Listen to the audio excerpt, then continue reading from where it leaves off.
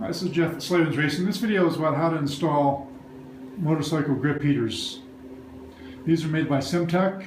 It's a brand we carry at slavensracing.com. It's one of the best known brands out there. And they just go underneath your grips. So first of all, remove your stock grips or whatever grips you have on the bike. Typically I would just take an X-Acto knife and cut them off the bike and put on new grips. Old grips you usually don't want to stay on the bars when you reinstall them. You want to rotate. So I would definitely use some new grips. So cut the old grips off and clean the handlebars up and clean the throttle tube up. And then also the throttle tube, I would recommend that you sand on it just a little bit. You can see right here, you can see how it's kind of roughed up looking. Because stock, they're real shiny, and so I roughed it up just a little with some emery cloth just to make the grip stick better. And then you just stick on this piece. There's one labeled clutch, the other one labeled throttle, so you put them on the appropriate side and position them how you want them. So they've just got a peel-off backing, and then they've got an adhesive on them. And you just wrap them around the handlebar. There's the wiring. So after you've positioned the Simtech heating element, the grip heater heating element, onto the handlebar, onto the throttle tube or the handlebar on the other side, then on top of the heating element you need to put grip glue to hold the grip on. So I just use Renthal grip glue. These are Renthal grips, but this grip glue works for any brand of grip. And spread that around all the way around on the throttle tube. I do have a separate video on how to install grips. You might want to refer to that. And then you'll need to slide the grip on. And because the heating element is, has added a dimension to the thickness here, the grip's going to go on a little bit harder. The heating elements are very thin, so you don't have to be concerned about changing the diameter of the grip much. They're only 10,000ths thick, and that's not much at all.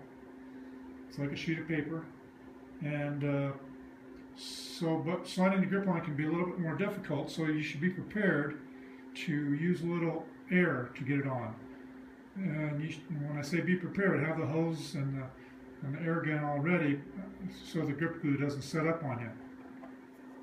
So start the grip on the end. Just kind of stretch it and get it started, and then push it on as far as you can. And then when it starts binding up on you, take the air gun like this. This is just a air gun that you can buy at Home Depot or somewhere, with your air hose hooked to it, and force that underneath the grip, and spray some air in there, and that will expand the grip and allow you to slide the grip on easier. I do have a separate video about this and installing grips, so just watch that and it shows exactly how to do that. So slide the grip on, and then I like to wire tie them. You can see the wire ties on both ends. That's also covered in my other video. And then you can see here I've fastened the wire here to the handlebar, but you got to make sure that it's got plenty of room to rotate without damaging the wire or restricting the throttle movement. So from there, my wires run down along the handlebar, down behind this switch. That's the light switch, and then they come up to the switch on the headlight. So I just drilled a hole inside of this headlight housing. So you can see that all right. Shine a flashlight in there for you. So I just drilled a hole in that headlight housing, and then I put that switch in there that comes with the kit. On the other side, over here, you can see the wire here. I just run it along the bar, and then it runs along the bottom of this clutch line.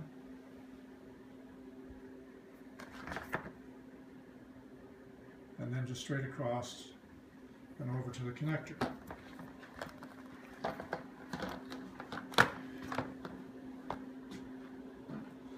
So from here, just follow the instructions that come with the grip heaters, but you have to combine the two white wires and the two blue wires to go on the high and low posts of the switch. And then the yellow wire here, that's the power source. But before I show you where I tapped in for the power source, the system also requires a ground wire. So there's a red wire from each heating element, so one from the left side and one from the right side grip. So you combine those two red wires, and then those have to run to a ground. So the brown wire on KTM's is a ground. The brown throughout the system is a ground. So there's a nice handy brown wire here on my headlight.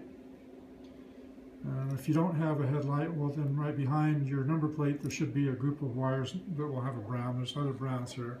You can see another brown right there. You can use any of those browns for your ground wire. So combine the two reds and hook them to a ground. And I use these nifty little connectors. I don't remember what these things are called. You can buy them at Napa. And they're screw connectors, so you don't have to do any soldering or crimping or anything like that. And you just slide them into these tubes and then screw it together, and it connects the wires. Pretty slick little deal.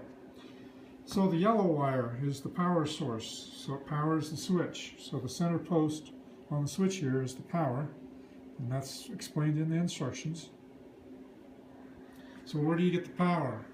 Well, if you've got an EXC model, you can tap into one of the wires that comes off the ignition switch, because you want the power to shut off when the bike shuts off, or when you turn the switch off.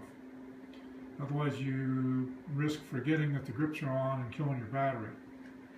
So this is an XCW model. It's an ISDE XCW 530. You know, the newer 500s and 350s and 450s are all the same type of wiring. And actually even the two-strokes have a very similar setup. So for the power source, I ran the yellow wire back here, and then I zip tied it onto the main wiring harness just to make it a little cleaner setup. You can see there I've got it zip tied along the harness that runs alongside the frame. And then it goes back here to the voltage regulator. So that's the voltage regulator. And here's what the voltage regulator looks like on the left side of the bike. So this is basically the front side of the voltage regulator. It's just an aluminum small box with fins on it that bolts onto the frame there. And on this side of the frame, this is what it looks like. And then there's, coming out of the voltage regulator is a yellow wire. So you run the yellow to the yellow. And they give you this red connector here in the kit, which you just slide over that yellow wire and then slide this other wire into it, and you squeeze it together with pliers and flip the lid over, and now you got power. So when you shut the bike off, that wire goes dead, and when it's on, it's hot. So now you've got a nice clean source for the power, and that's really all there is to it. I think that's all the steps. It's a nice clean system. This is for my snow bike. I'm going to have a timber sled track on it. And so I'm also going to put some hippo hands on this thing, the type where you slide your hands into them, and that way I don't have to use real heavy gloves and have a lot better feel. So I have the grip heaters and the hippo hands, and gotta call it good. That's all for now.